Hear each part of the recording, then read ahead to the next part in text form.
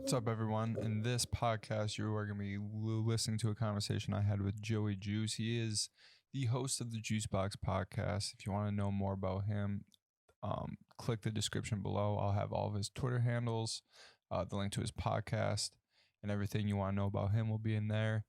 This is a funny episode. We talk about just all sorts of things. So sit back, relax, grab yourself a drink, and enjoy. What's up, everybody? Welcome back to the You Might Be Surprised podcast. Today, I have my good friend Joey, the host of the Juice Boxx podcast, here with me. Gang, bro, what's going on? Oh, we're recording now, dude? Yeah, we're going in. All right, good thing you said that thing about the Mexicans off air. I'm just kidding. All right, start that off like the Two Bears, One Cave. I see. I know, I love that. I knew you would catch on to that, dude. Hell yeah, dude. What's up, bro? Not much, man. I'm so happy that you decided to sit down with me because I hate doing podcasts by myself. Yeah, man. It's rough. Let me tell you, man. I know exactly how you feel because it's just like you get so nervous at some point, regardless of how many you've done. And I don't know, it gets uncomfortable. But then like once you start, like the groove is solid, you start vibing with yourself, and it's either a hit or miss though. Yo, for sure. Yeah. I've been doing like so many by myself, and I came to the conclusion that I don't want to do solo ones that much anymore. It's so much more fun when you have somebody there just to like vibe off of and stuff. And I've been playing a lot of games solo by myself, trying to grow my stream, and it gets kind of depressing. I mean, dude, the streaming nowadays is obviously booming. I mean, I didn't realize how big it was until like Warzone came out. I mean, dude, like, because some of my friends have gone into, streaming on Warzone and stuff like that. And then once I started playing video games again, I started like watching, I don't know, like Nick Mercs or Swag, those fucking guys. Yeah. And, because before that, I was always like, why would you want to watch guys play? Like, wouldn't you want to just go play? And then I got sucked into that little realm of nerds, and I started watching streamers. And then I started just watching like just random people stream. And I was like, well, this is kind of sick. It's a new way of entertainment. Yeah. Have you seen, I posted it on Twitter a couple of times. Have you seen why I started to stream? I'm not sure. So I did. So I got cause like a month ago, cause I was playing games hardcore with my friends during quarantine, and like a month ago I was like, bro, this is like, I was playing like 2 or 3 hours like after work and stuff, and just not doing anything, just hanging out.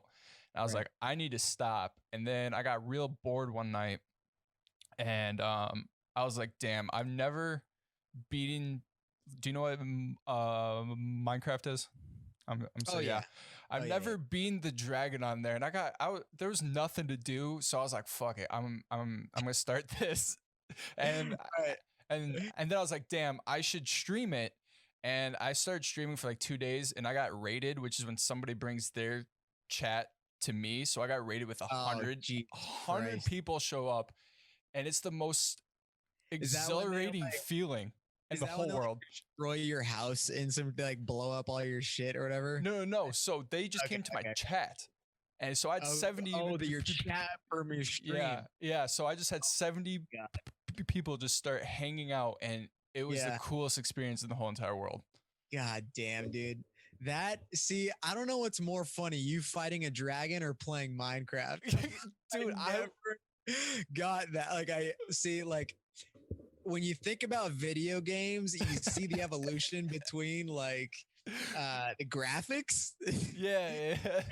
The most pixelated game in the 2010s. It's ridiculous. Even more so than like the original Super Mario. I think it's hilarious. My little brother plays it, and he'll be like asking me to play, and I'm like, nah, bro. I just can't.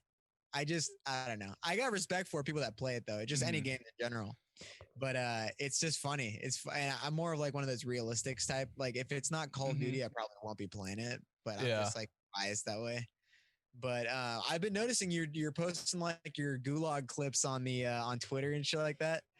You got some bars, dude. Yeah, I just what's hilarious about the reason like why I got the like mindset to stream was I next year I am the best man in my best friend's wedding. No And shit. Congrats, yeah, dude. Hell yeah. and then his fiance is her friend streams and she's a smoke show. So here we go. so I saw her and she's kind of blowing up on Twitch right now. So I was like, I need to get her attention. So like that's why I started just like streaming, and then that whole thing happened. I was like, maybe I should take this seriously. And that's like a good icebreaker too, you know? Yeah. Like, you stream? All right, sick. I'm just kidding, dude. Yeah. Nah, keep it rated. I don't know who your watchers are. Dude, I don't even care, bro.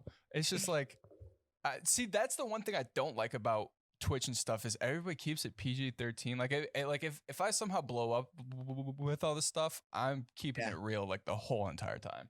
Yeah, dude. See, the thing though about that is what I realized for like, especially like Nick Mercs and Swag and stuff like that, like those like phase guys or whatever the fuck, I noticed that they bleep out all the swear words in their YouTube videos because kids want to watch all that shit. And if they got swear words and stuff, they won't get as many views. So it makes sense, especially if you want to monetize. Yeah. But I'm just, dude, the amount of times that I yell fuck in my podcast, there's no monetizing going on. And they say within the first like 5 minutes of an episode on YouTube, you can't really swear. Otherwise you'll get demonetized. And I'm like, well, there goes any kind of money offer that I'll ever get. For real.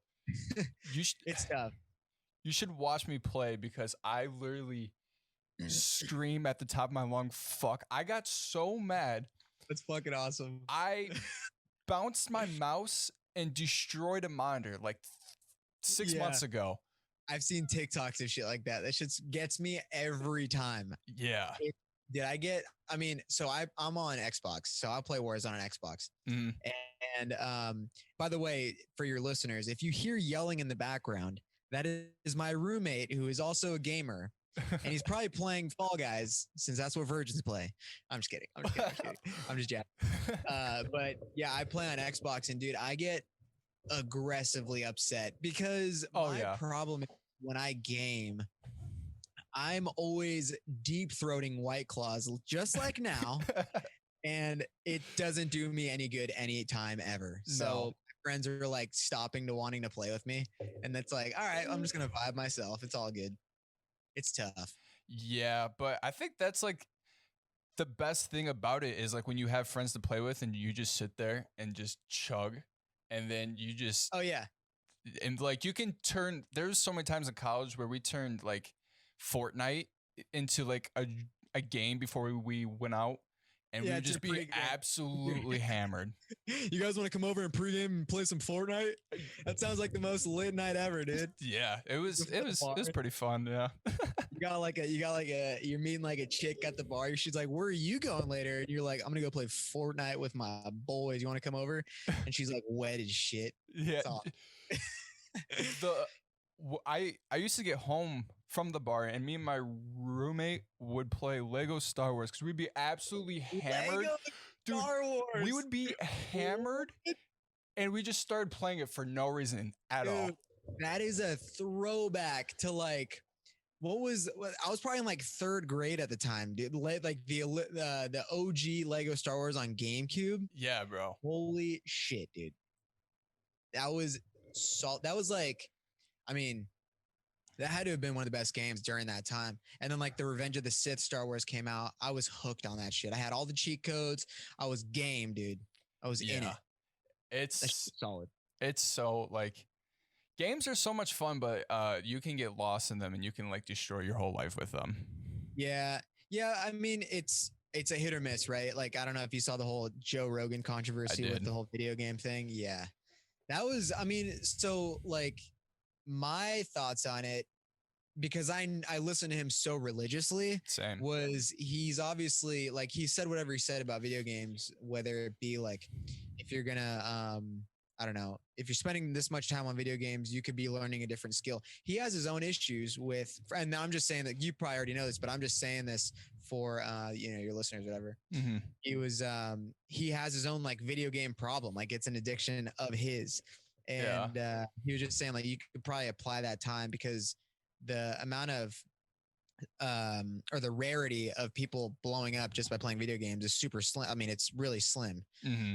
And I don't know. I thought it was kind of bullshit how people like blew it out of proportion or whatever. Some of the gamers got mad and like some actually were on his side. Like they understood what he was saying, which was cool. But yeah, you could definitely get lost in him. I actually had to tone it back because once quarantine started, I was like, dude, I was playing like crazy. I was grinding camos on COD and I was just like, bro, I was playing for like maybe 4 to 8 hours a day, which probably isn't even that much to people. And damn. Yeah, I mean, I don't know. And then once I started going back to work, I was like, all right, I'm not gonna really play during the week. I'll play on like maybe a Wednesday. Mm-hmm. Maybe. And then I'll just like wait for the weekend or like a Friday. Yeah. But I kind of see like his Twitch and stuff as more of like interacting. Like I do it just so people can hop on and I like having the conversation. I kind of treat it as like a live show, to be honest. Oh, for sure. And that's what it is. Yeah. And I think that's the coolest part about it because whenever I was creating the podcast and stuff, like you don't get to see somebody's instant reaction. You just get to read stuff if they even say anything. If not, you're just looking at a number. Seeing somebody say something like right now, my chat's going kind of crazy. I know. I'm looking at your chat right now, dude. Hey, what's up, everybody? I hope everyone's doing chill, dude. Hell yeah. That's sick, dude. Honestly, even if you have like, I mean, it doesn't even like my buddy Kenny started streaming and he had like 10 people on. And I was like, dude, that's still dope. I mean, oh yeah. People are taking the time out of the day to just go watch you just talk bullshit or just suck at video games. It's all good, man. Yeah. So for the people that don't know, Joey and I met on a kind of a depressing topic. We did a podcast all about it, but if you guys don't know the whole Chris D'Elia situation. Oh yeah. Dude. Every day since then, I would search up his name, be like, something positive come up, and nothing happened. I know. And then something like resurfaced on Twitter. I think you might have even sent it to me. Yeah, I did. And I can't remember what it was, but dude, it's kind of crazy. I mean, I don't really know what's going to happen, especially with like him, Brian Callen, and whoever the fuck else. Yeah, man. I mean, and I'm not gonna lie, dude. I got some flack on the on that episode. Did you really? Yeah, just like saying like how like it seemed like I was more, according to their perspective, giving him more of the benefit of the doubt. And I was like, well, I mean, in a way, yeah, because I look up to the guy and, he's one of the reasons why I started my podcast. And it just sucks to see like, and we even made it clear on that episode where if that's all true, what he did, then he deserves every kind of repercussions that are going to come his way. Like, but it's just one of those things where you don't really want to believe that that's true. And still to this day, I mean, even with whoever accused him of whatever, like they didn't, I mean, I don't know what's going on with him. He's not in jail yet. So what does that mean? And then like a lot of stuff got debunked or whatever. I don't know. It sucked, but that's how we met. Yeah. Unfortunate circumstances, but that's how it is. I even remember the Twitter thread that we were on.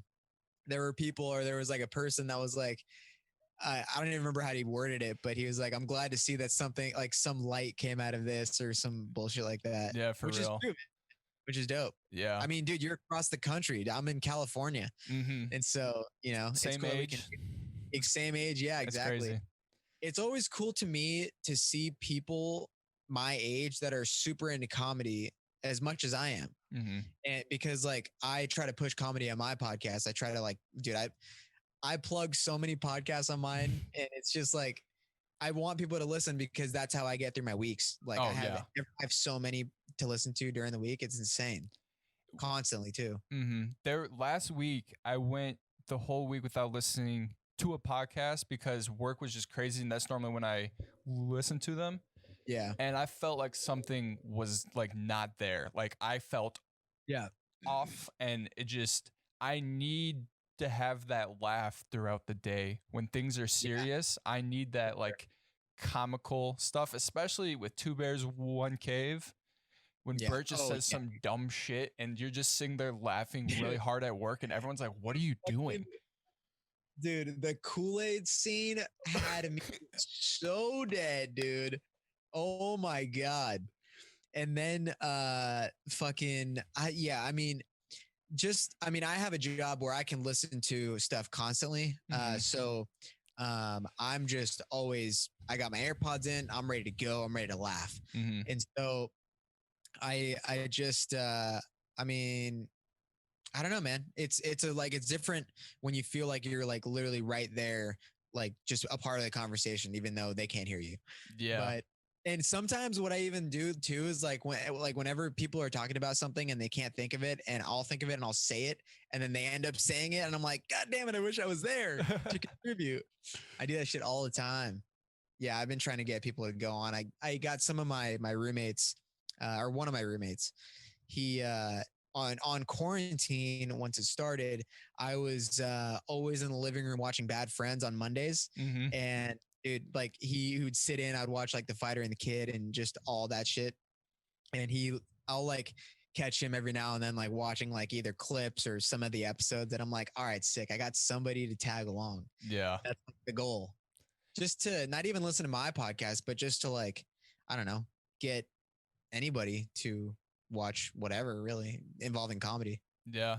Speaking of comedy, I saw you tweet out last night that you saw the comedy show or the comedy store. Yeah, the Comedy Store yeah, dude, show thing that's gonna come out. That looked so sick. I know, and I'm really excited about that. Yeah, I was really surprised that Joe Rogan wasn't in that trailer. Yeah, that kind of threw me off. Yeah, and dude, it's gonna be crazy. I just want to see, like, I mean, everybody is like, if you're interested in comedy, everybody wants to go there if they haven't been there, or whatever.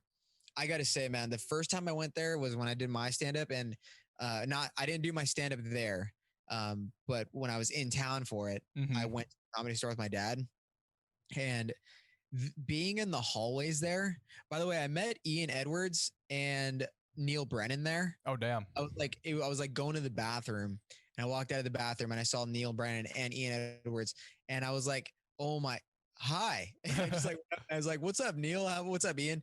And I was like, I just came out of the bathroom. I promise I washed my hands pre-COVID too. And, it was sick, dude. Honestly, being in there just like sets like this energy. There's like such like crazy energy there because everyone's there to obviously see like their favorite people. And it was insane. It was such a good time. You have to go there whenever. And dude, I mean, who knows when that's going to be? For real. Damn. I've never been to a comedy show. The only thing I've been to for comedy was when we did the podcast before, and I came back from that open mic, which, by the way, everyone there got COVID besides me and my cousin. No fucking way, really? Yeah. So I went and talked to this guy who has a club in Milwaukee. Yeah. And I was like, yeah, I was just here. And he's like, oh, yeah, everyone there got COVID. And they had to shut that down. And I was like, oh, dude, my gosh, I dodged a bullet. Crazy. I mean, it's a hit or miss. And one thing that I just saw, so I've been trying to really like get back in. I wanted to try stand up again. So I looked on I just typed in Google, like Bay Area, which is where I'm from, open mics. And I found this little Facebook group they have there's a calendar on there, and it has every day of the week for the month of whatever month we're in, September. And there's 6 shows a night, just randomly within the Bay Area. And they're just open mics. You just go up. They either have 5-minute sets or 10-minute sets. And I was like, dude, I'm so down because I've been trying to find stuff. I haven't been looking too hard just because I've been just trying to focus on the podcast. But now that I've been posting about it, I kind of means I have to kind of pull the trigger. For sure. So I want to do it, but obviously wherever they're being held is going to have to be socially distant. And I don't know what the, how they're doing all of that because I haven't been to one yet. But I'm not worried to get COVID. I'm more worried to give it to people. Oh yeah, same. Like I mean, I have two roommates here who are close to my age, so we'll probably be fine. But still, just the thought of me giving it to somebody else, and then like I go to my parents' house down the street occasionally. It's like it's kind of a gamble. So I don't know. It's tricky, but it's sick that you actually got out of there without it. I mean, yeah, goddamn, you really got to keep to yourself. I feel like. Yeah, Wisconsin recently just became like the highest amount of cases like overnight. Like we gained like Really? like 2,000 or something like that.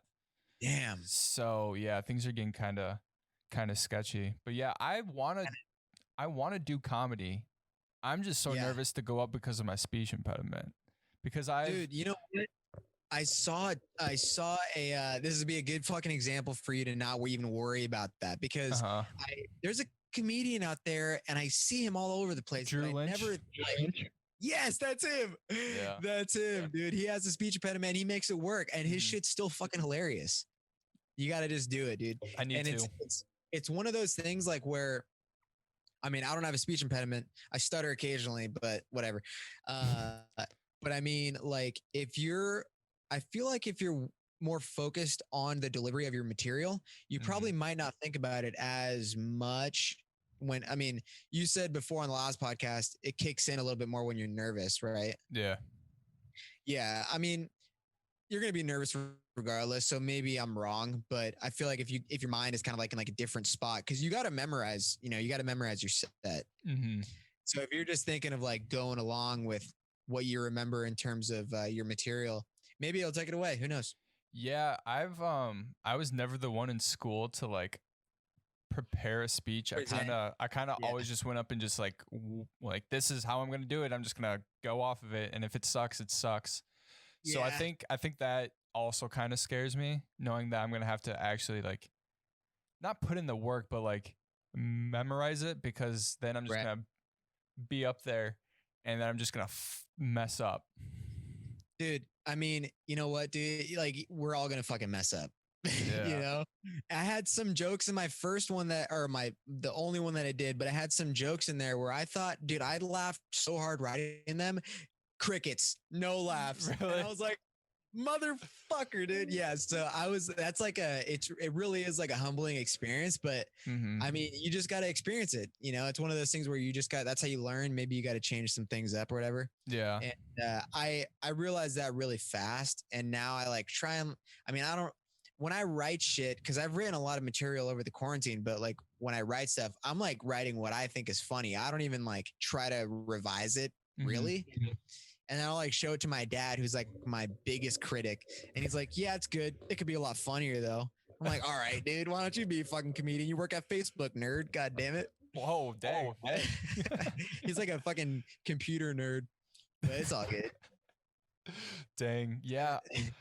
I don't know. I came up with this joke that I think is the most hilarious thing ever, but it's probably not hilarious.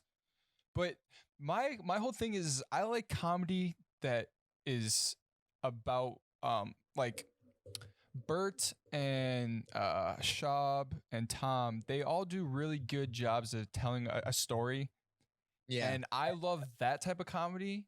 And I feel like that's like the type of comedy that I would want to do. Especially, I mean, I would do whatever makes people laugh. I'm going to do. Yeah. But I think that's one of the things that like holds me back too, is like, I always think I need to be like them, when in reality, I just need to be me. So. Yeah. I mean, well, I don't know if you've seen this, but one piece of advice that I took from, I think, Joe Rogan and even Chris D'Elia, but it might have even been Brennan Schaub. And granted, yeah, you can really count. I didn't even watch it. I don't even know why I threw his name in there. Yeah, don't get me wrong. I love Brennan Schaub. I love him as a podcaster. Thick boy. I'm not sure about his stand-up. I've seen clips of the special and I just can't get into it. But anyways, my point is about it is the biggest way to get a laugh is to believe in your own material, which means write about what makes you laugh, not what you think the audience wants to hear. And I took that to like a completely different lane, because if you laugh at your shit, like if you write material that you think is funny, you believe in that. Like that's what makes you laugh. And when you have that like thought, and dude, I'm sounding like I'm a fucking professional. I'm not. This is just what I'm hearing.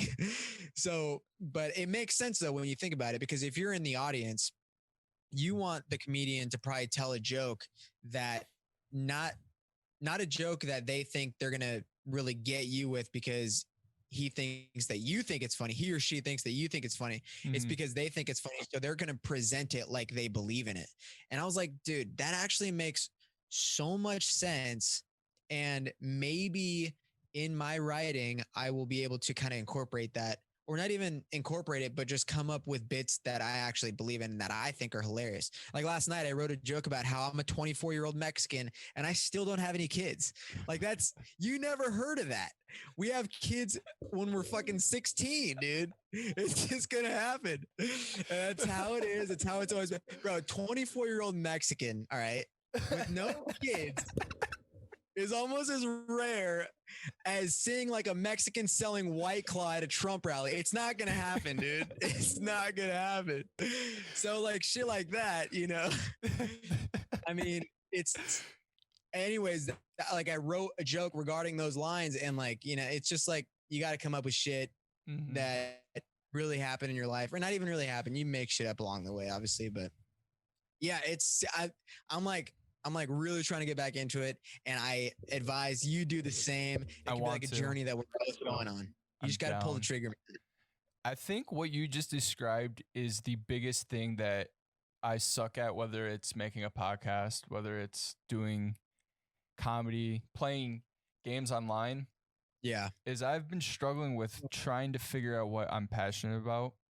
Because throughout my whole entire life, I've always just like you and I, we both play the guitar, which is even adds to the more craziness of like that we're friends. Yeah. Like how similar we are across the country. Like, yeah. But I've been playing the guitar for like 5 years, and I haven't picked it up in like probably a year.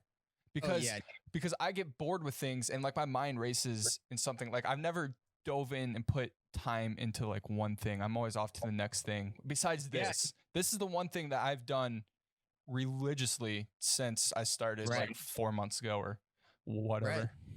Yeah, dude, it's crazy, man. And I got a lot of respect for you too, because it's not easy, bro, especially if you're doing solo episodes like the majority of the time. Yeah. I mean, like you were saying, like, yeah, my guitars are fucking dust collectors, dude. They haven't been, I mean, I'll pick up a guitar and I'll play for maybe like 20 minutes and then I'm done. Yep. And then like, if I have like a song that I want to learn, I'll pick it up and learn it. And I've been playing guitar since I was in 7th grade. So I can learn things relatively quick if it's like along the moderate range. Yeah. So I'll play whatever, but I know what you mean about like doing one thing and then stopping it and picking up another thing and then another thing after that. And it's like, I feel what you mean about like struggling with trying to figure out what you want to like perfect, and not even that podcasting you can perfect, but I mean, maybe you can, maybe you can't. But I mean, you've already beat that battle, right? Because like you've already done however many episodes and weekly. So that in itself is already an accomplishment. Like just like one of my podcasts, my last solo that I did, I like came to the realization that I was like rounding 40 episodes, which is coming out tomorrow, by the way, plug, it's coming out tomorrow. But like, even just thinking about like, if we're able to do that weekly and like stay consistent with something like that, like, dude, that's like props to us from ourselves, because that's something that we're passionate about. Right. I mean, it's not hard. Like that's where people screw up the most, is staying consistent. And we've kind of broken that barrier, I feel like. So, I mean, I think that's badass, and it's not easy for a lot of people to do. That's true. Do you ever like run into like, this is something like I run into, like whether it's anything that I do for online stuff, is like, I always have to bring myself back from thinking like, why am I not successful yet? Or like, why am I not successful in this? Because I always used to look at people like anybody who's successful online, especially at a young age, like thinking like why couldn't I be that? And then that discourages me, and then I'll put myself in a rut for like 2 hours, and then I'll just be like, nah, and then I'll go back to it. In what way though? Like in terms of your current job or like your podcast? Like online content, because I always, at least for like my case, this is something that I've always wanted to do, but since of the speech and like anxiety that I had throughout like I bought a camera in high school to start YouTube, did Yeah. 3 videos, Yeah. got nervous because I thought people from my school were gonna see it, returned the camera, and then just never touched it again. So this for me has been like a buildup of just saying absolutely fuck everyone. I'm gonna do me and do what makes me happy. Well, I mean, that's how it is though, right? In high school, you're always super overanalyzing like how you are and how you think people are seeing you. Like that's normal. I mean, I had that too. I mean, bro, I'm 5'7" still. Haven't grown since I was a senior and a freshman in high school, man. So it's rough in these streets. Yeah. I mean, that's how I mean, you know, when you think about putting out content though, like into the internet, it's so broad and there's always going to be those assholes that are just going to talk shit. Like you can't get around it, can't get away from it. It's always going to be there. And there's always going to be guys that want to give their input. Like, dude, I've promoted some episodes, like funny clips that I have had on some of my podcasts, and I've promoted them on Instagram. And you get like the occasional person that comments like, this is ass, or this is that, or this is whatever. Mm-hmm. And that's never going to go away. I don't really think like, see, I went into this podcast with like I went into it with some expectations, but nothing crazy where it made me want to stop, because obviously we start the podcast. We're like, well, who the fuck's going to listen to this? Right. Mm-hmm. And so like those expectations like kind of exceeded. And I mean, not like by a crazy amount, but enough for me to just be like, all right, well, if someone's going to listen, then maybe I'll just continue to do it. But when you're asking whether or not I feel like I'm not succeeding enough or whatever, I don't really think about that too much. I mean, I do occasionally, but I don't let it get to me, because we're still an infant, you know? Yeah. Like we got to learn how to walk. Then we can run, and like, you know, the cliche shit. So, I mean, in terms of like right now, I'm just doing what I can with what I got. I say that on every episode. Like it's not every episode is going to be great. And I know that, and I want my listeners to know that, because I'm not perfect, dude. And you know, nobody is. And I just have fun with it. I just try to talk shit with some people that I haven't seen before, or that I haven't met yet, or people that I haven't seen in a while. It's like, it adds a good aspect, dude. Actually, if you have like friends that you want to catch up with, it honestly changes the vibe of the show like crazy. Really? Yeah, because once I started having people on, and it doesn't even need to be like, it could be friends that you grew up with that you don't really talk to very much anymore. If you're like comfortable with that though, you want to be comfortable so that they're comfortable. Yeah. And that's one thing that I had to pick up on really fast. I mean, I had like friends on that were not really like my friends, but I'd seen, like, we hung out, you know, and like in the past or whatever. And like, I feel like I can hold a conversation pretty well. And so I was like, well, if I'm comfortable in my own skin and I want to like have like a just bullshit conversation about what they're doing in their life, then we can like build off and like make it funny and like just talk shit, talk about hookup stories and whatever, you know. And then it just feeds off. And especially like, I never suggest drinking on the podcast. It's always suggested by the guest. It probably just knocks the edge off. Yeah. So then we just end up drinking, and then that just gets them down to just share more explicit shit that they've done. And I'm like, hey, that's content for me, so I don't really care. Exactly. It works either way, dude. I try to keep my podcast, like, I try not to say anything too crazy, because like I always look at this too, which maybe something that you can chime in on, is like, I don't want to say anything that could hurt my reputation in a professional job, in case like my mindset completely changes and I'm like, I want to go get married and sit down and have kids and have a stable job. I don't want to say anything that would get me fired. At least that's just something that I think in the back of my head, but I'm always thinking about stupid stuff like that. Yeah, dude, but it's not even stupid because I totally know what you mean. I mean, fuck, dude. We have like this vision that maybe one day our podcast will like take off or something. And chances are it's not in our favor necessarily. Not that that's not going to happen, but for either of us, like, you know, we're just having fun with this project, but it's such a real thing too, where you can just say the wrong thing on social media. And I think about this shit all the time. I was literally talking about this today with one of my coworkers because he was asking about the show. And I was like, yeah, but I mean, there are certain like things that I have to like either edit out from myself or maybe from the guest. And it's not even like we're saying like crazy shit. Like we're not throwing out the N-word or anything like that, but it's just like little things when it comes to like a transgender joke or some gay joke or whatever. And if you need to bleep that out, you can bleep that out. Nah, you're but I'm just saying for reference, like if it's something like that and it just doesn't, if it doesn't sit well or people I like have a worry that the context might just not be there for people to understand, then I'm like, well, you know, I do have a job that I need to kind of keep. And so I really got to kind of watch what I say. But then at the same time, like it's a podcast, dude. This is like the world where we shouldn't be suppressed in any way to say how we feel about whatever it is or tell a story exactly how it happened or whatever the fuck it is, you know? I mean, like it's our thing, but it's true. In a certain point or to a certain extent, if we want to keep our careers, we probably got to put a lid on it at some point. Yeah, that's because like there's like I feel like my friends know like the most craziest things that I can say, and I could be hilarious in those type of ways. But like I feel like whenever I record something or I'm playing online or doing something, I feel like I have to cap myself at about like a 4, just so I don't go way over. Yeah, I feel that.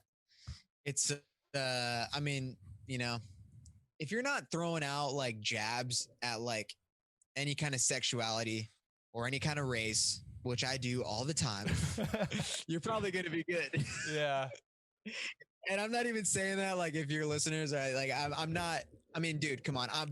I always say I'm Mexican, but I'm the whitest Mexican you know. Like it doesn't get any more white than this. And I roast myself all the time. But occasionally I do joke about, you know, whatever. And it's because it's a joke. I don't actually mean it. I got some flack for making like a couple gay jokes. And it wasn't like anything crazy. Like they didn't get too upset. But I'm like, dude, I have gay family members that listen to my podcast and they laugh at the shit that I say. And it's like, I mean, I get where you're coming from. Like maybe I shouldn't be saying that, but I mean it to be like in a funny way. And I'm not like making fun, but it's just like, yeah, there's got to be some comedy somewhere. Cause if I can't say that, then comedians can't say anything, you know, like if you're just going to get offended, it's pointless. So yeah, I don't know, but that's just how podcasting is. You just learn as you go. That's true. It's just, I don't know. I think that's why I like podcasting stuff. Cause it's like an open journal that people can either listen along to and either say shit or vibe with you, and then that's how you gain followers, fans, or just friends. Yeah, I guess you're like putting a diary on the internet in a way. Yeah, you're just leaving like a vocal footprint of your thoughts, and it's just like, oh god, I don't know if that's good or bad. I mean, hey, it is what it is, I guess. I know, dude. So what's up, man? What else is new? How you living? You on Tinder? Bro, I go through. My bad. You're on Grindr. What was that? No. Oh man, I go in phases with those apps where I download them, and then I can't make up my mind if I want a relationship or if I just want to just have fun. So I just go through these things where like I swipe, get a lot of likes, get the attention for like 30 seconds. And then like you have that like thought afterwards. You're like, what are you doing? I don't know if you get that thought. I get that thought a lot. And then I just delete the apps. Like I just delete them on Sunday. So yeah, on Sunday specifically, right before you're about to walk into church. Yeah. Yeah, dude, I totally feel that. Cause I mean, I I mean, I've had them on my phone for years. I haven't really like deleted them because I get like entertainment from swiping and it gives me just shit to talk about on the podcast. Like the majority of my podcast is me just talking about Bumble and Tinder. Like that's all it is. Really? So anybody curious. Yeah, and it gives me like good stories because I like these interactions that I have with girls and stuff like that. It's fucking awesome. It's comedy. But it's weird though because I'm in the same boat. I don't know if I'm like looking for and actually, you know what? That's not true. I'm not necessarily looking for a relationship, but like, you know, if something were to come around and I mean, maybe, you know, move some things around, I don't know.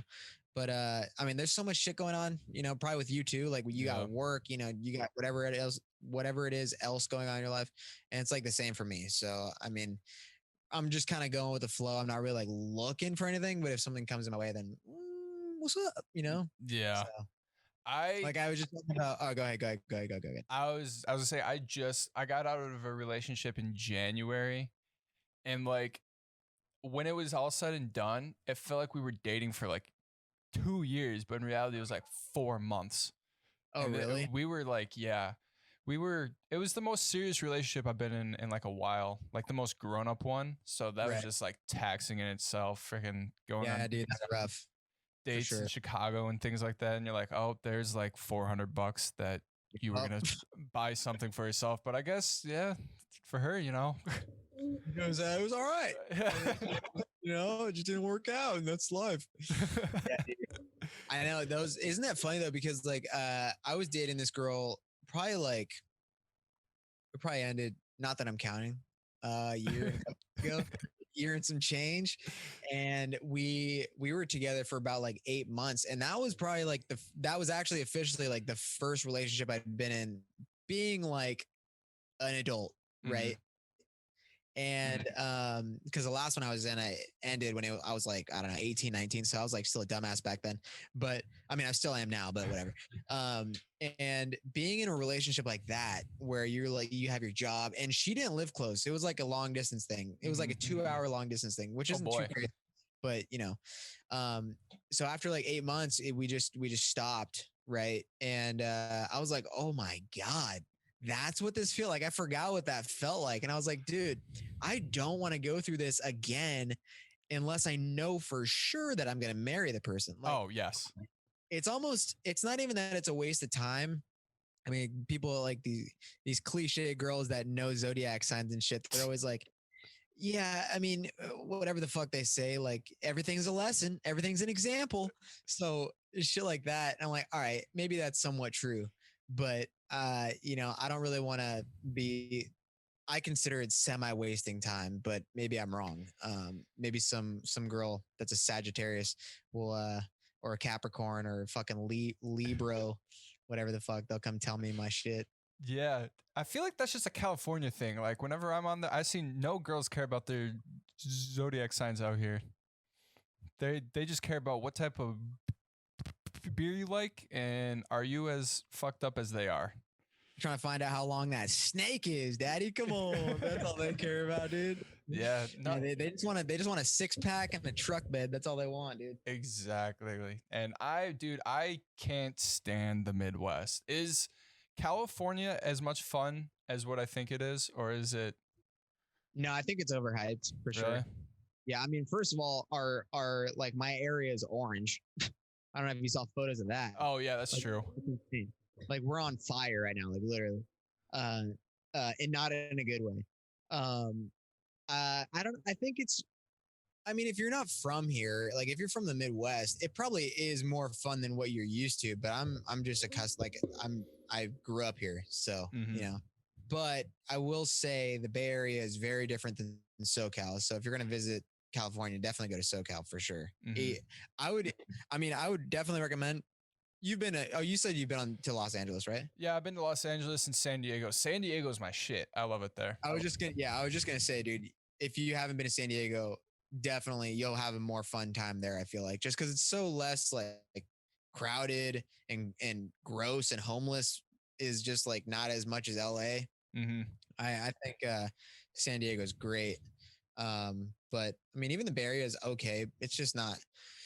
It's not as hype as LA for sure, but there are definitely less fake people here than there are in LA. That's for damn sure. Yeah. What's your thoughts on like everyone kind of heading out of Los Angeles? Because I think that it's a good thing for people who want to try to make it and not live in a place where it's crazy, like high to live, high price to live.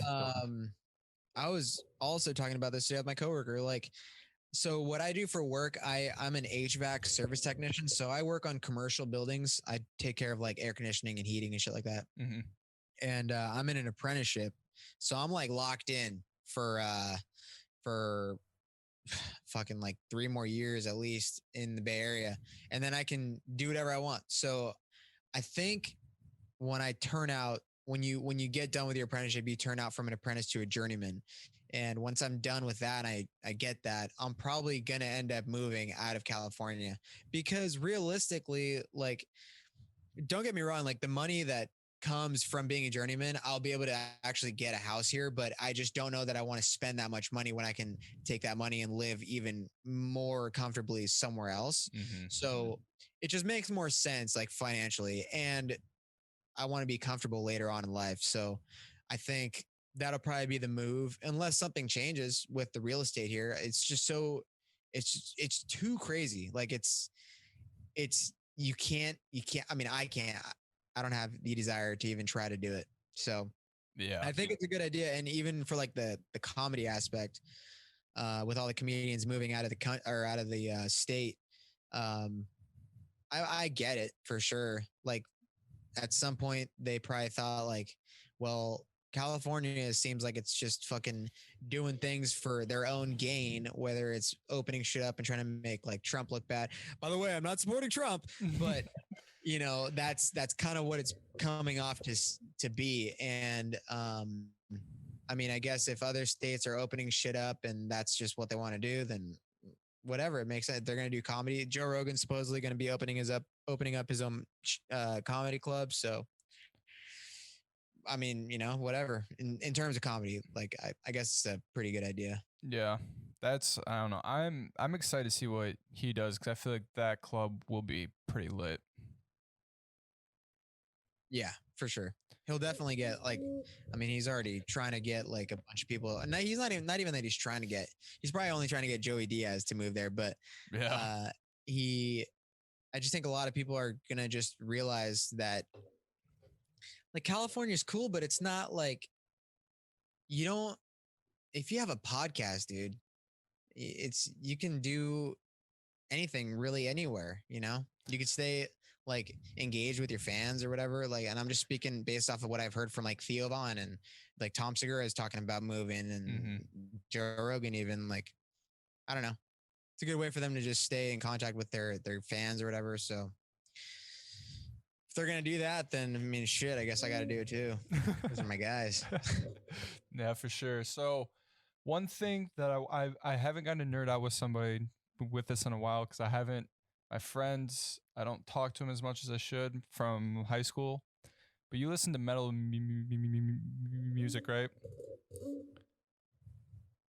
Yep, for sure, dude. Dude, Fucking rock on. I am, and I listen to so much metal. It's ridiculous. Who do you listen Like, to? wait, let me ask you this first. What was the band that got you into the metal genre? I've thought Do you about remember that? this. I've thought about this because it either has to be like are we talking like where they're screaming or are we talking like Linkin Park or Nah, not Linkin Park. I'm talking like metal, probably. Yeah, like screaming, but like screaming and then like singing in the chorus, you know? so it was Bullet for My Valentine, but the Okay, there band you go. Yeah, yeah. the band that really got me into it was when I heard Five Finger and their song Okay. Ashes. When he screams at the beginning, he's like, have you heard that song? No, I don't think so. I definitely know the band though. I've heard like their hits for sure. Yeah, their first album is pretty heavy. And Okay. it's It's always the beginning albums that are just like bonkers. Because that's like their original sound. Yeah. uh-huh. and that's Bring Me the Horizon, because I know you listen to them a lot. Oh, dude. Hey, you want to know something funny about that? Is I've been putting so I saw Bring Me the Horizon live once at a Data Remember's first festival that they had in SoCal. And I listened to them very briefly. Like I never listened to them. And it's not even for any reason. I just like, I listen to the bands I listen to. I don't need to listen anymore. So I always put them off. And then over quarantine, I started like, do you ever see like those reaction videos of when like people put out new songs? Yep. Okay, so I came across Ludens, and I didn't like the song at first. Like when I first watched the reaction, I was like waiting for a drop, like by that first section, and after like the first verse, and I didn't get what I thought was coming. I watched like different reactions with that same song, and I was like, all right, dude, this song is actually fucking pretty badass, especially with the breakdown. And then I just like fell into a loophole of just reactions by Bring Me the Horizon. And then I just started listening to him like religiously, dude, every single fucking day. And I've been blasting their shit so much. My roommates probably fucking hate me for that. Damn. They're such a good band. They're such a good band. Yeah, they're the one band that I really want to see live. I've seen probably, if I had to count, I've probably seen close to like 150 bands live. Of just really? Yeah, bro. Jesus Christ. There's a video of me in Milwaukee seeing Lamb of God live in the biggest wall of death I've ever been a part of. Really? Dude, bro, those are sketch. So so have you ever been in a mosh pit then? Or like things like that? Oh yeah. Yeah. Oh okay. yeah, dude. Okay. I don't know about you, but there's no better feeling like when there's a breakdown that's about to hit and literally you don't give a fuck about anybody in the crowd and you just go nuts. I don't give a fuck if there's an infant next to me. I'm punting that thing, dude. Yeah. I'm ready to go. And one time I was watching in a Day to Remember, I think it was, what fucking song was it? It was off of their Homesick album. It's that one where everyone's making TikToks to. It's like, disrespect your surroundings. Oh, yeah. And that song came on. And we started moshing, and I fucking socked my buddy Wesley in the face. I didn't even try to. Really? And I like realized it was him, and he was like, "What the fuck, dude?" And I was like, "What do you expect? That's just what's gonna happen." And that was like one of my most favorite mosh pits. And then it's just like being in a fucking mosh pit like that, like where you're just swinging your arms, you're kicking, you're doing whatever. It's so freeing, but it's so scary at the same time. Oh yeah. It's like I'm not even worried about getting punched in the face. I'm more worried about like tripping over my own foot and just like getting trampled over. Yeah. So I have a story that is not, I wasn't there, but my cousin told me this, and it's the funniest thing that I've ever heard happen to someone at a concert. Okay. So there's this concert at my hometown. Okay. It's called Rock Monkey. And what's known there is you just finish a drink and then you throw the glass up in the air and you don't give a fuck if it hits somebody or whatever. So my cousin was with his two friends. Wait, it's a glass? Not glass, like plastic, like think of those like plastic okay. Pouring cups. Right, I know exactly what you're talking about. Yeah, okay. I was gonna be like, what fucking glass in the air, dude? Holy shit, what fucking venue is this? No. All right. So it's outside, and my cousin's friend had to pee. So he sees a Rockstar can on the ground. He's in it, and he's holding it for the song to start. So when the song starts, he throws it up in the air, and then the mosh pit begins, and whatever. Okay. The next day at school, I'm with my cousin and the two friends that he was at. And then we see another one of my friends that happened to be at this concert. He was talking about the specific song where my friend threw the pee up in the air. And he said, bro, I was so hyped for this song that I saw this rock star come out of nowhere and I grabbed it and I was just in the moment and I dumped it all over myself and just went into the mosh pit. Come on, dude. Oh my God, bro. That is dirty. That's such a Milwaukee thing to happen. No, this was back in Rockford, Illinois, which is even okay. another thing. Is it even raunchier? Yeah, it can be. Shit. God damn. But yeah, that story has held with me because it's the funniest thing that I've heard of that happens at a concert. That's pretty fucking legend. You got to make a joke out of that one, dude. I need to, yeah. That's Yeah, I think so back to your metal thing really quick. The I don't know if you've ever heard of the band Atreyu. Yes, I saw them live actually. Yeah, same. So those guys were the first band that got me into metal when I was in like 6th grade. And ever since then, I mean, that was kind of the reason why I wanted to start playing guitar. Because Dan Jacobs is a fucking savage. And I started playing and I'm like going to my guitar teacher and I was like, all right, I want to learn to play this song. And he's like, listen, bro, pump the brakes. You're not even close to that yet. And I was like, all right. And then started listening to that. And then I don't know, just like along the way, because I grew up listening to punk rock. So I'm a big Blink fan. Yep. I have a Blink 182 tattoo. Fun fact for your listeners. Oh, that's pretty cool. And yeah, so I loved them, and I was really strictly on like the Blink phase, the Sum 41, My Chemical Romance, even though they're like semi emo, I guess. And then it just like went off the rails with the Atreyu, then got into Day to Remember, and then just the ladder just kept climbing, like Of Mice and Men, Attack, like all those fucking bands. And that was like dude, even just talking about this now, it just brings me back to the fucking days, dude. When I was like a skater boy, dude, I was so small. God damn it.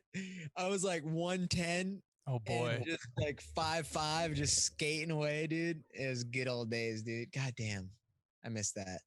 Atreyu, that was the first band that you like? Yeah. Really? I don't listen to them that much. I don't either really anymore. What was the one old shit's fire for sure.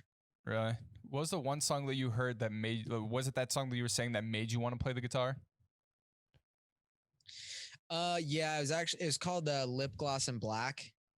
And that's like one of their first songs. But yeah, it definitely is not even close to being their best song. But there was just like a finger tapping intro on the guitar. Yeah. And I was like, bro, like the music video intro starts with them showing the finger tapping on the guitar. And I was like, bro, I have to learn this. And this is badass.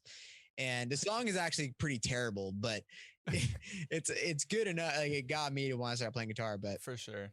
Yeah, that band was something else. They actually came. So when they went on a hiatus for a while, and then they got back together, and then they played a show in San Francisco on my 20th birthday. And I was about to go alone, and I texted my buddy who lived in the city at the time, and I was like, hey dude, I'm going to see this band if you want to come. And he was one of my friends. He's been my friend since kindergarten, and he was there when I transitioned from Blink to Atreyu, then to metal. He watched me like try and learn their songs on guitar, so he's like, yeah, I'll fucking go. And then so we went together, and it was pretty badass. But I mean, fuck, dude, I'm gonna go to the first concert that even happens. Yeah, for real. All this shit's over. I'm itching for it. Yeah, I see. My thing is I've seen every band that I've wanted to see live. So like metal concerts don't really, or just like concerts in general, because I don't like rap concerts. I went and saw Logic when he was touring his second album. And it blew my mind that when like rappers like perform, they only say like half the words, and then they let a tape go for like half of it. They rap to the backing track. Yeah, they rap to like the song in itself. I mean, yeah, I don't really fuck with that either. Like, I'm a big fan of Juice WRLD, and I went to go see his concert, and it was kind of like that, but they would cut out like the audio, or they would cut out the lyrics from the song and have it be the music, and he would sing the words. So I was like, all right, I guess that's kind of cool. And then I saw like Drake once, and it was just like, it's like rap concerts are not the same vibe as rock concert, even not even close. Yeah. The rock concerts are a different level of energy, that's for damn sure.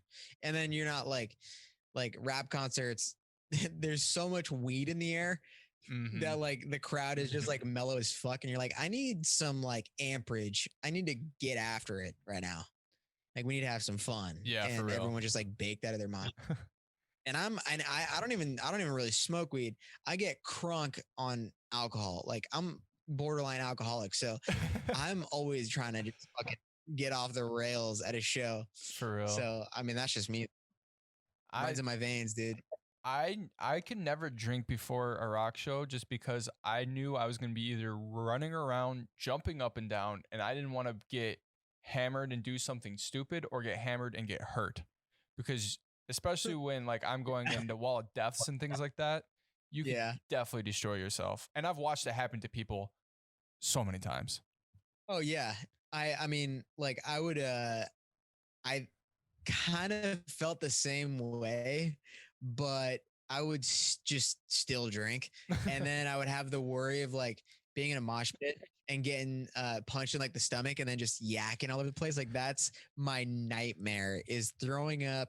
Dude, my two biggest like fears is throwing up in front of people and shitting my pants.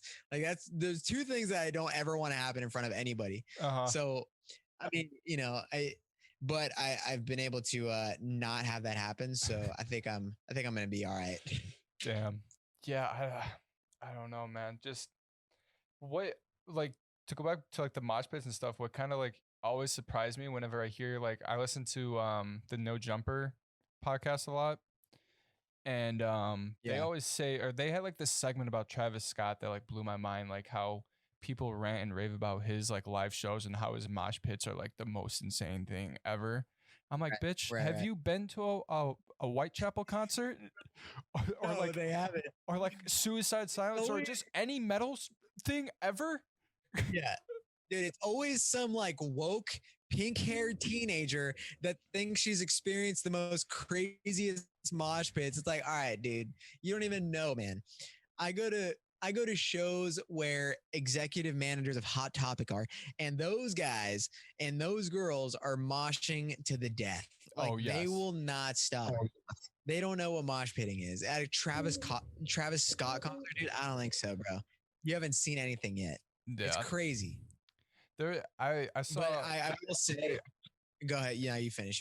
I was gonna say there was. Do you know who Chelsea Grin is? No, I don't.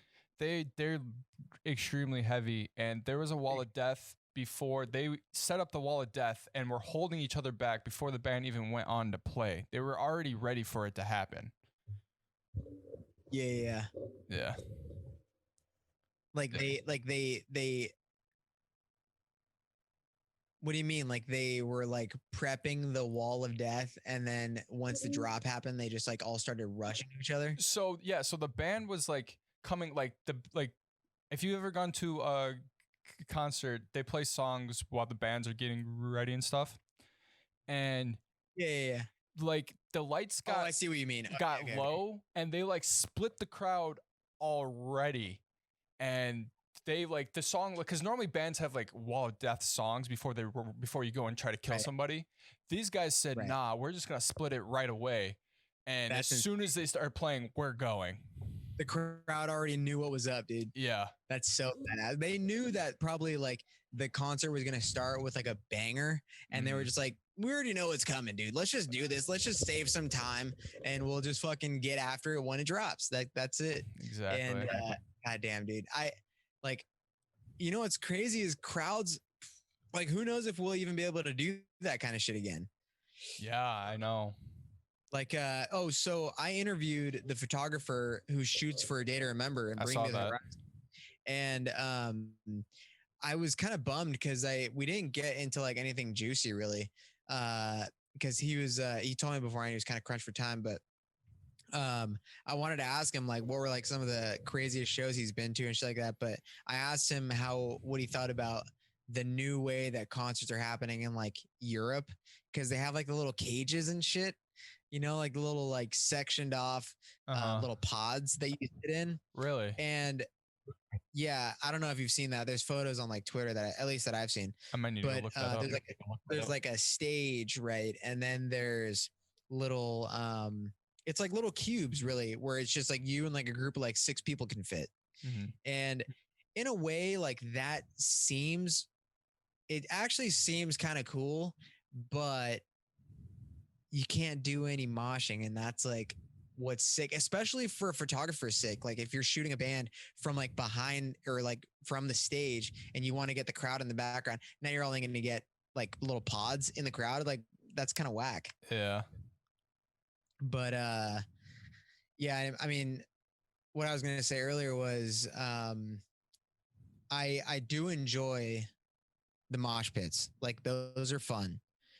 But there's definitely been times where I want to just be up close and just watch the band. Like I know that the mosh pits are like that's where they're at, and most people who don't want to mosh will like sit off to the side or sit far back. Like I want to be close and I want to just watch the band. Like I don't want to fucking push anybody. I just want to see this, and that's just never gonna happen. It's kind of sad. Yeah, that's kind of how like the past like 10 concerts I've gone to, I stopped going into the mosh pits and I just would push my way up and just enjoy it. But sometimes being up close is worse than being in the mosh pit because everyone's shoving around and you feel like you're in a freaking wave pool. Oh yeah, I know.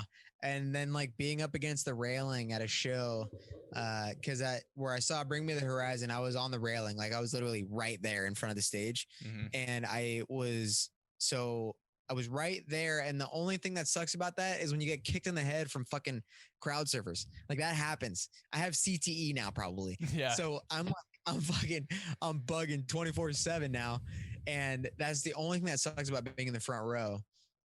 Unless they don't like allow. I mean, they can't really enforce no crowd surfing, but that's always going to happen. Or like someone is crowd surfing and you're just in the regular crowd and you don't know that that's happening. So like someone just like above you, like you just see 2 feet above your head and you're like, what the fuck is going on? And someone's ass is right above you. And it's just, oh my God, it's a game changer. Yeah. I don't really miss that, but I do miss the concerts for sure. But you lift weights, so you should be all good there. Oh man, you know what, dude? I've been getting weak as shit. Big same. It's been pretty bad. Maybe back in the day for sure. Actually, my heavy concert days, I wasn't really working out, but yeah, it's well, you're into working out. You follow like Steve Cook, right? Dude, I did his freaking summer sizzle challenge. I've been lifting weights for forever. It doesn't look like it now because I lost all my muscle after college because I put off the gym just because of work and everything and just that like new schedule. But yeah, I've been lifting weights for forever. Dude, I was talking to my coworker about this the other day. I over quarantine, because we have like a little gym set up in our garage and it's not much, but it's enough to like, I guess, maintain.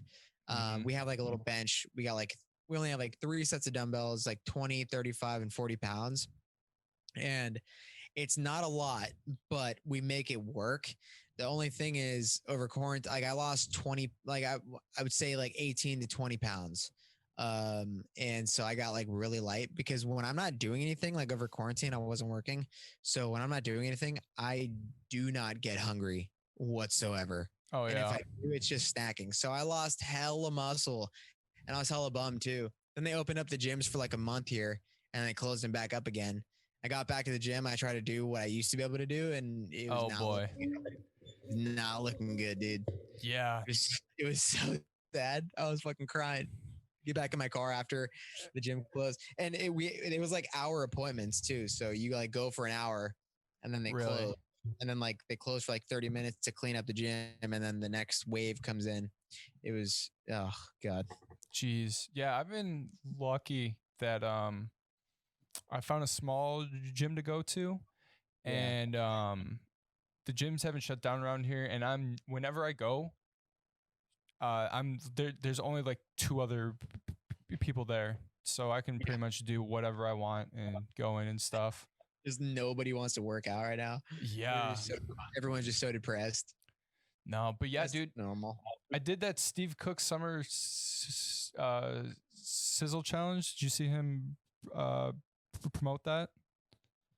I don't know. I probably did. I was talking about this too on one of my podcasts where like I was super into fitness for like a long time. I follow like Christian Guzman and like Max Tuning and those guys.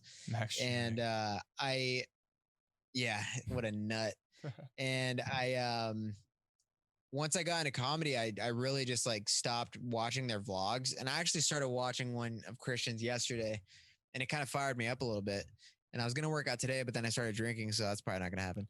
But I started watching his stuff, and then I got into like watching comedy shit, so I just like kind of stopped working out.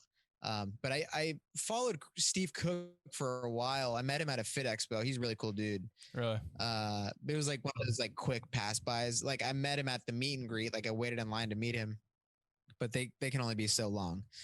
So met him. He's a really cool dude, and I haven't really like followed up with a lot of the fitness guys really, just because I don't know. I mean, maybe when the gyms open up again, yeah, but right now probably not. It just doesn't seem like they're just showing like their workouts, and then I'm like, well, I can't really do that, so you know. I did his challenge thing where he gives you a workout and you pay X amount. I think it was like $50, and the workouts were great. I'll tell you, like I did things that I haven't even thought about, and I felt great. And I actually like got kind of super into shape, but I thought it was a waste of money because he promised all these things with the app and stuff, and the app felt like it was made in like 2003. Really? It was just terrible. Like it crashed all the time. Oh, and I was like, how are you promoting this? Because people look up to that guy, and I was like, how are you going to promote this but have such a crappy product? Was that over COVID or was that before? It was over COVID. It was like a month and a half ago. I feel like that kind of stuff is just always sped up, especially if it's an app, dude. Apps take a while to develop. So. He's had it though. He's had this app for like forever. Yeah. Okay. Well, then that just probably goes to show that, I mean, I don't know. It's kind of hard to say because you would think like if there wasn't much traffic, then he'd probably just not really care about making it better. Yeah. So, but I could be wrong. I mean, maybe there is hella traffic, which would make him want to even make it better and not crash. So I feel like people would kind of jump the gun on that when they set shit off like really quick. But yeah, I did like Christian Guzman's like summer shredding a couple years ago, and I got fucking like thick, boy. And then I shredded down like low body fat, like low. It was super uncomfortable. And then I didn't win like the summer shredding challenge or anything, but it was dope to just kind of like put yourself through something that's different. Cause I was like I got big into like powerlifting. So it was like hard to like lose my strength. And then I just didn't win anything. And I was like, all right, well, that's sick. And then I just fucking kind of fell off the wagon there. That was like 2017, I think. Yeah. But it was still a cool like, little challenge. It's always good to change shit up, you know? When I was in college and I was lifting with my friend who played football and stuff, and I got pretty freaking swole. Like I was benching 315, squatting like 405. And really? Yeah. And I was like, and the funny thing about that is I didn't even drink protein. I was like, I wasn't doing anything besides just going to the gym, and I lived off of. What are you eating though? What were you eating? Nothing crazy. Like I was just eating college food, and this was just like strength that I had built up. Like, so my freshman and sophomore year of college, I went to the gym, but it wasn't anything crazy. Yeah. And then so my sophomore into my junior year. So I worked out all sophomore year with him, and then junior year, and I was yoked, but I would look at myself in the mirror and I'd be like, oh, I'm 205. I should be 185. I didn't have defining abs. I was just like bulky. And now I look at those photos there compared to now. I'm like, now I'm just like a twig, dude. How tall are you? I'm 6'2". Must be nice. I didn't hear that was coming. We're never hanging out. Dude, it's hard to find clothes sometimes. God damn it. Is it? It's not hard for me. I got a baby gap. What's up? Well, like for me, my arms are short. Like my wingspan is about only 5'7". I have really short arms. Okay. So damn. So your wingspan is just Joey Juice, dude. That's all it is. Exactly. God damn. Whack, dude. Yeah. Dude, you don't look 6'2". I don't know if that's a diss or not, but No, I mean, 6'2". whatever. Yeah. Now everybody knows. God damn it. I haven't grown since like Dude, 8th grade. Oh, really? Yeah. That's nice. Hey, dude, just keep them coming, dude. Just keep making me jealous. It's all good, bro. Nah, it's all good. I have so many jokes about being short, especially when it comes to like dating sites. Oh, dude, I actually, I was, so on my Bumble, I have it set to 5'8". for whatever reason, and I'm 5'7".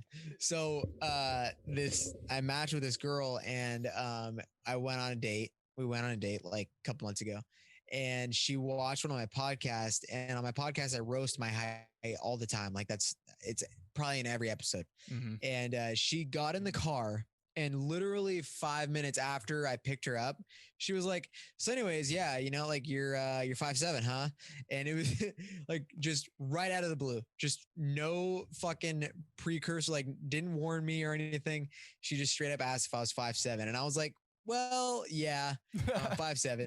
And my Bumble says 5'8". And it was just like, it was not even that it was awkward, because it really wasn't, because I know that already. Like I roast myself about it all the time. So it was more of just like, wow, you have the biggest balls to come say that when I just picked you up and we're about to go on a date. Like what? I was mind blown. And That's I was crazy. honestly, I was pretty impressed. I was like, God. Props to her, I guess. I know. Jesus Christ. I mean, most of the dates I go on are either awkward because I feel like I'm gonna get judged for having a speech impediment, even though I tell them I have one, or they just are like, dude, I suck at dates.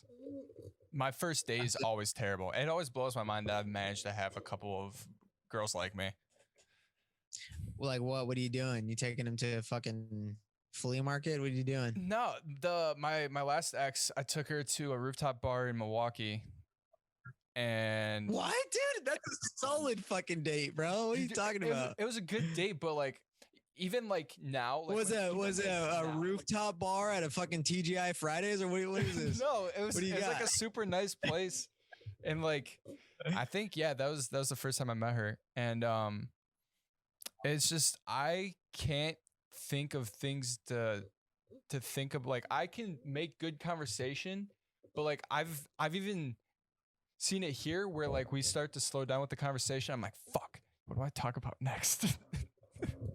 And like that's always that's always in the back of my head. And that's just something that just came with my speech though, because I have to be ready for it, because if I'm not, then my speech just goes off. Oh, really? Yeah. Yeah, I always think about that too whenever I like when I got a guest on my podcast or whatever, like that I don't know very well. I'm always like, if I feel like it's coming to like kind of like a slowdown or something, I just like I don't know, it's just the way my brain works. I just like think of whatever that could go along the lines of what we were talking about. I'm like, all right, well, I guess I'll just ask them this. And I just do the same thing on a date. Like I don't really go on very many dates just because I just don't. Because I'm not like a dater. I'm like if I plan to see you, I'm gonna probably try and make it so that I can see you again. So I don't know. That's just kind of how I am. I don't really get too nervous though about it. But that's just me. I don't know. Probably different for a lot of people. Yeah. I don't know. Around here though, but I mean, I guess you live in California, so dates are like always gonna be expensive because it's California. But yeah, I mean, yes and no. There's not like much. They got any Mexicans in Wisconsin? Dude, my friend. Do they have those there? One of my best friends is in the same boat as you, and when you were going on that rant about being like the whitest Mexican, he threw in the chat. He was like, "Damn, sounds familiar." Oh, is that what that meant? Yeah. Hell yeah. God damn, he's got to be the only Mexican in Wisconsin for sure. Yeah, there's not Tell them so what's up. I will. Milwaukee's very like there's a lot of ethnicities around here. Yeah, that's what's up. Good shit. Yeah, and then I mean that's coming from like I'm from a small town, so small towns are normally like predominantly like one race because Right. no one likes to get out of a small town. I hate being in a small town. I want to leave Milwaukee because I feel like I need to be somewhere even larger. Yeah, but Milwaukee's like not like small. Like when you say small town, I think like back road, country music, fucking my dog in a truck and that kind of shit. I'm like, not originally from Milwaukee though. Oh, okay.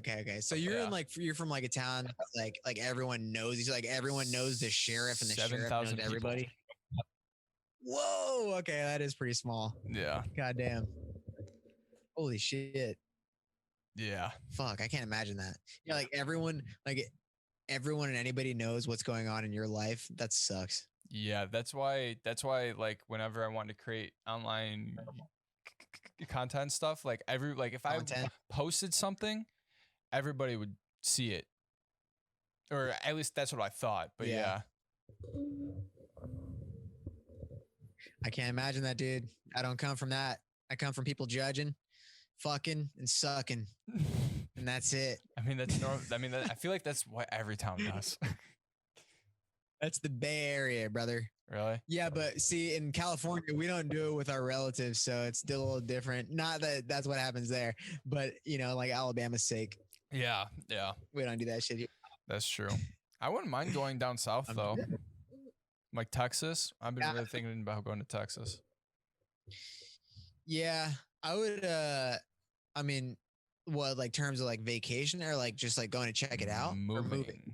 Oh, yeah. Moving. Yeah, I wouldn't mind Texas either. That's actually like my like when I was talking about earlier. If I'm gonna move out of the California when I turn out as a journeyman, Texas is probably where I'll go.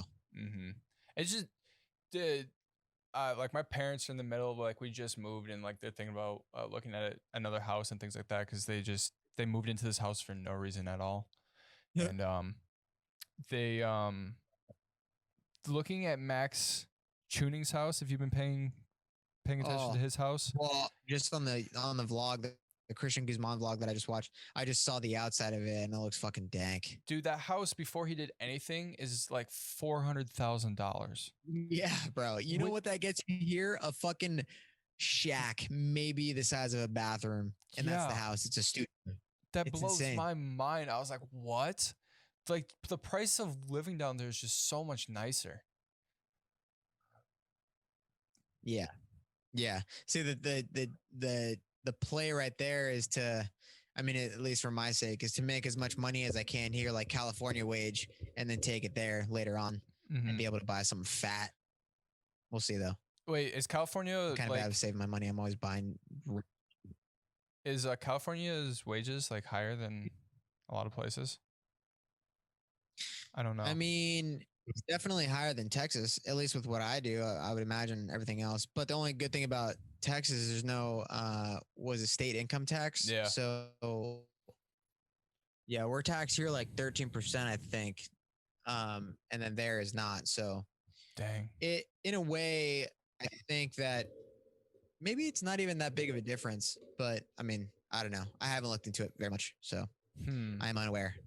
But dude, I gotta piss my brains off. How long do you usually keep these episodes or run these? These are like this is the longest one I've had like to date. Right on. So we can keep going if you want, or we can call it. It's up to you. I gotta piss and then eat, but how about this? I'm gonna go pee really quick, and then we could do like 15 more minutes. Sounds good. I'm gonna go pee too then. I'll be right back. I'll be right back. All right.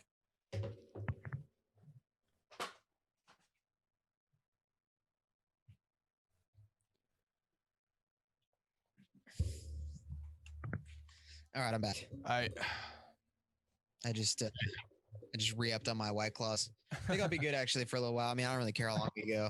I just had to make sure that my podcast for tomorrow uploaded. I've been having some problems with my uploading from, or not uploading, but converting from iMovie. Are we recording right now? Yeah. Okay. Just whatever. I've been having some like problems with like converting the file from iMovie to my desktop, like every now and then it'll be just like upload failed. And I'm just like, well, what the fuck, dude? And so I have to like reset the computer and all this bullshit. I have like a 2014 MacBook Air. So I gotta like invest in my system or my Yeah. setup. I mean, That's crazy. that was one thing that made creating a podcast like so simple is because I already had like most of this stuff. Like I I have a Yeah. really nice MacBook because I did graphic design in college and I do it for my work. Um, Oh, nice. and then I built a gaming PC last year around this time because that's when I thought I was gonna blow up on streaming. So I just like had Yeah. that. So then streaming again was simple. Then I bought a webcam and a mic, and I was like, "All right, let's get it." Yeah, yeah. When I told my dad I wanted to do a podcast, I literally just asked for like one USB mic and like an arm boom. And then he was like, all right, I'll get that. And then he got me like the mixer and shit. And I was like, wait, what the fuck? I don't know how to use any of this stuff.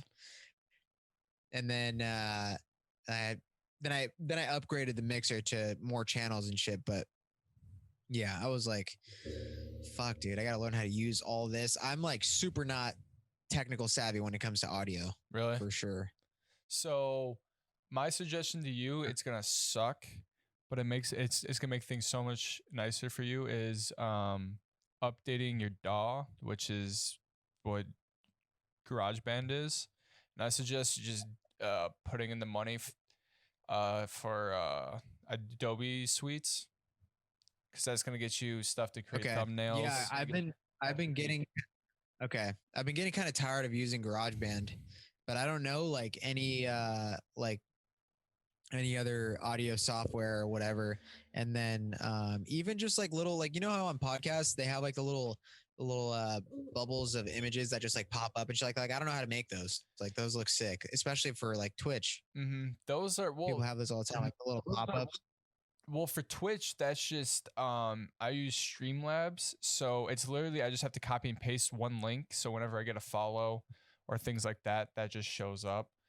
But creating Yeah, that for a podcast, that takes a little bit more work. Like just creating something that's simple. If you know what you're doing, that can take like 30 minutes to create, or it could yeah. take you like a day.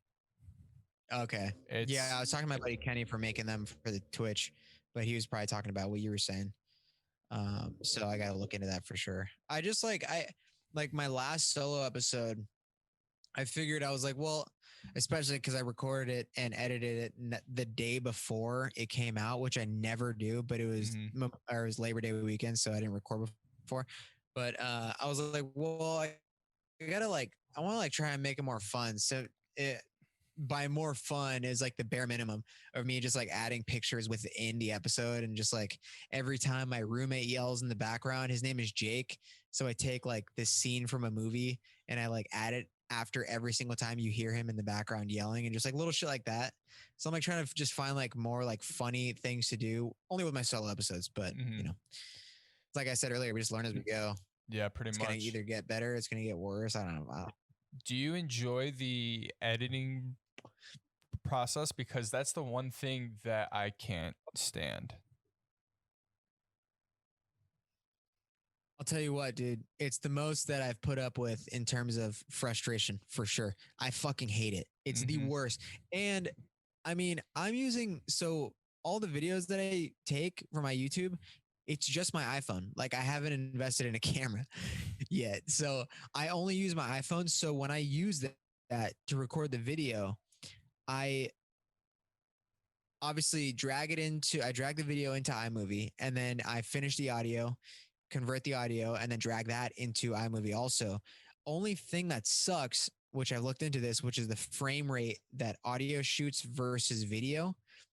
It says that it's 30 FPS, and I've checked on that's what GarageBand is, and I checked that with the camera on my iPhone, and even so, on the audio when I'm editing the video for the YouTube, after every like 2.5 minutes, I have to cut the audio and drag it over a cunt hair just to make it line up with the video. I don't know why that is. Cause like if I don't do that, then like 10 minutes later, the lips don't match they don't match the audio. So I don't know what that Really? is or why that's happening, or if that even. Yeah. Do you have to do? Well, you record with an actual camera, right? Well, so yeah, I was recording it with an actual camera, but now I just do it through Twitch, which makes things so much simpler because if I want to like show something and things like that, I can just make myself super small and have like the screen show like whatever. Right. Like picture in picture. Yeah. But that's weird because audio doesn't get recorded in like frames per second. That's only video. So audio should just like Audio is match just up. audio. Yeah, Yeah.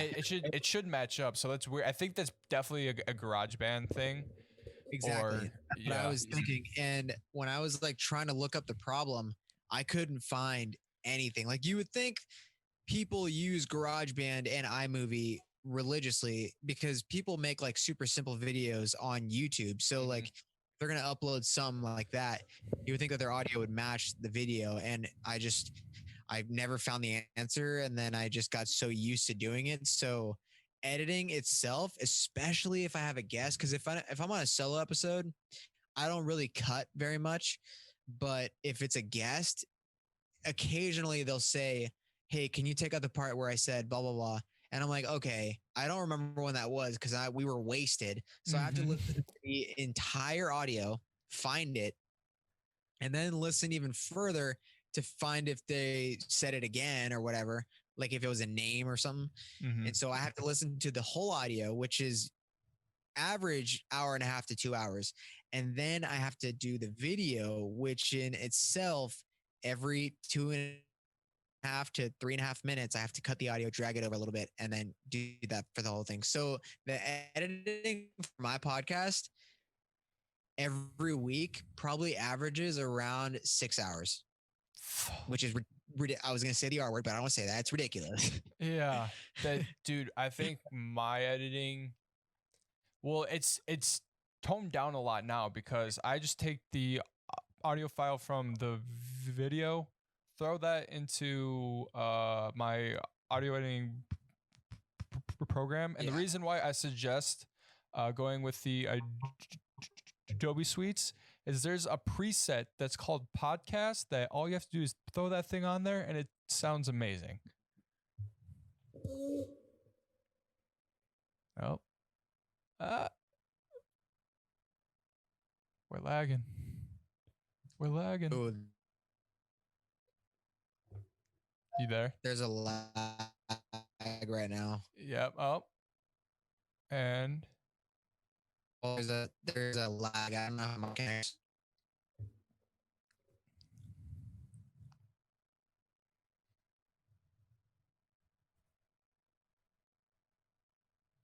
back.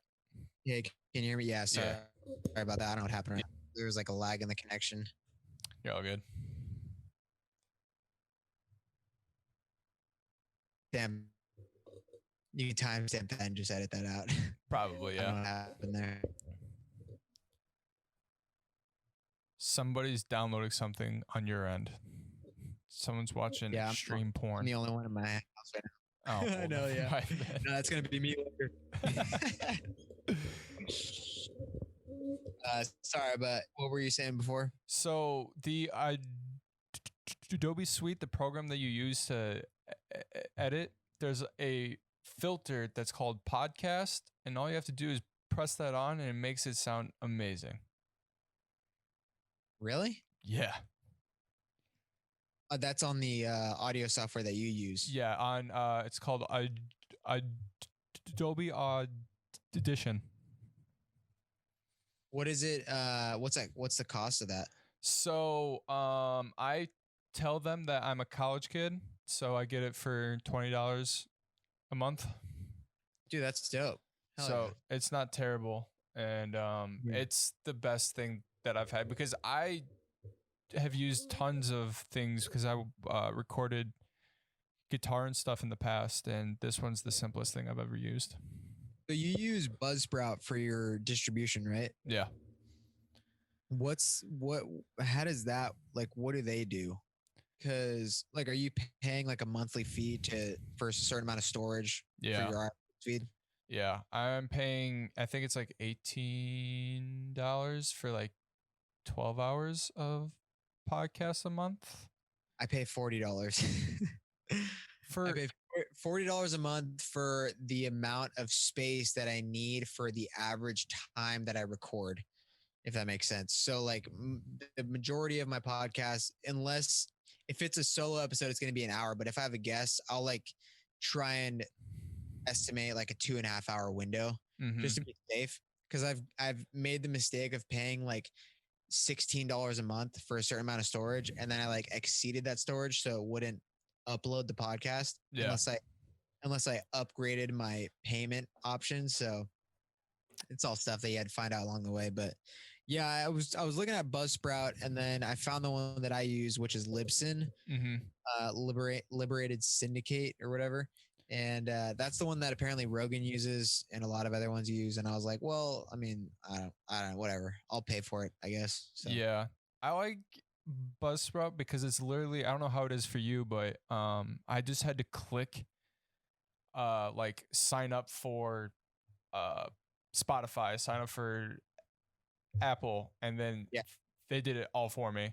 And then Yeah. that threw it on like 20 other things too. So Yeah, there's like a bunch of different underground podcast sites that apparently people use. I've never even heard of them. yeah, the fact that people use something other than Spotify and Apple Music just blows my mind. Are you an Apple Music or Spotify? Spotify. I've had a Spotify. Oh, I have a Spotify playlist of metal songs.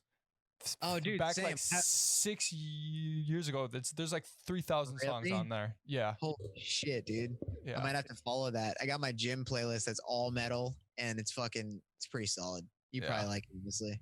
Probably. Yeah, dude. I think I got on Spotify probably like 3 years ago though. But I was like one of those guys that always, because I mean the streaming didn't really start until like a couple years ago, and then I was always just like, well, I just have all my own music. Like I would buy music, like I bought music. I don't know why, but I did.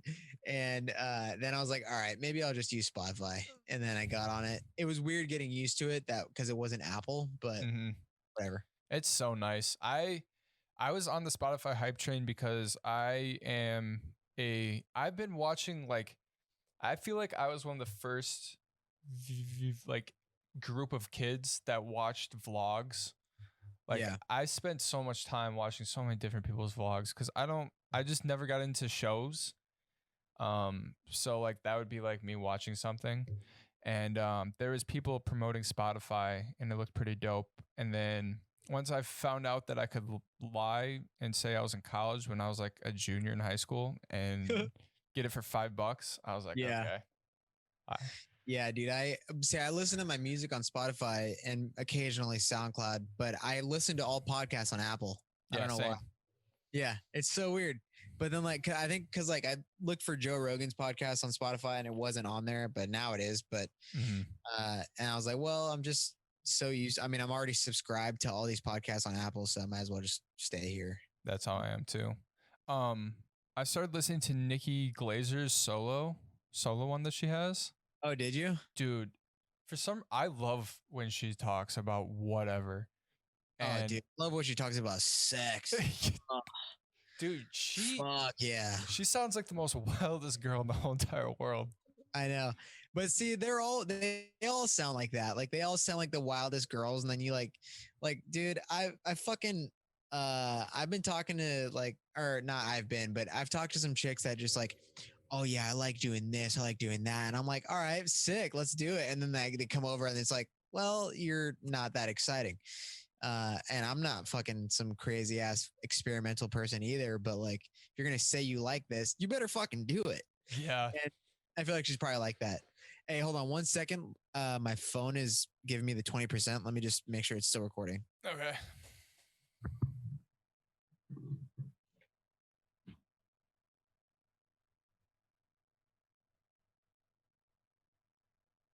All right, we're good. All right. But yeah, I have to wrap it up soon. My phone's gonna die. Yeah, we can wrap it up now. I mean, all right, cool. Kind of just talking shit at this point. Yeah, fucking starving, dude. I haven't eaten since fucking noon. Yeah, what time is it there? Like 8? It's 8:30. Yeah. Bro, it's 10:30 here. I have to go to bed. Oh, that's right. Yeah, I fucking ate Chipotle at 12:30, and then I was gonna eat when I got home, but I fucking didn't. Just lagging. But I had tacos like 2 hours ago. So nice. yeah. Yeah. Damn, they make those in Milwaukee, dude. That's sick. Dude, they make some bomb tacos. No one Mexican, your buddy, they're making tacos. Yeah. That's actually funny. Don't tell him this, but he'll probably hear it. He sucks at making them.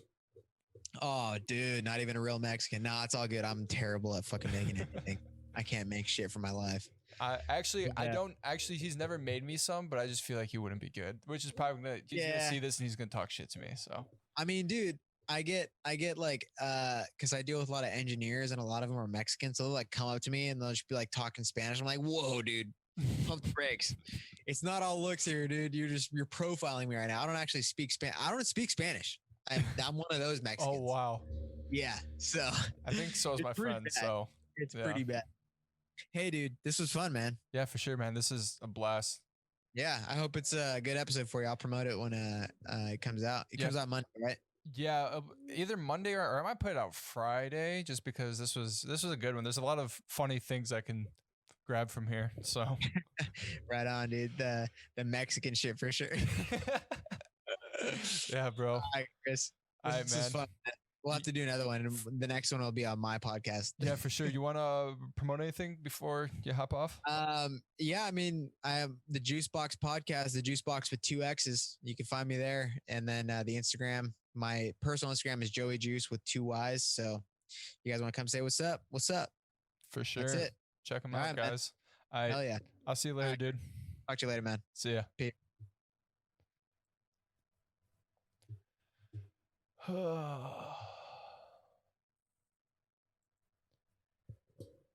Alrighty, that was Joey from the Juice Boxx podcast.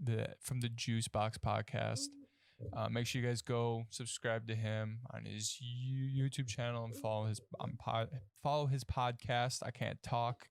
This is the longest podcast I have ever done, so it's been a blast. I love talking to people. So if anybody wants to hop on this podcast with me, we'll do it live, just like we did this one, and we can talk and stuff. And it's good for me because this is not only am I passionate about podcasting and things like that, but I'm passionate about fixing my speech and talking more. So this is like just as beneficial as me putting out content. So thank you to everyone that showed up in the live show. That was cool. Thanks for the bits, Hidden Swaz and What's a Boy. That was pretty cool. So yeah, thank you guys so much for watching this podcast. I'll end this podcast like I do every podcast. You can follow me on Twitter at YMBS_Chris. You can follow my Twitch at twitch.tv/you might be surprised. All the links will be down below for mine and Joey's info. So yeah, guys, thank you so much for watching. I've been Chris. You've been beautiful. I have a new saying: be the person that you want to be every single day, and you might be surprised what happens. Thanks, guys. Peace.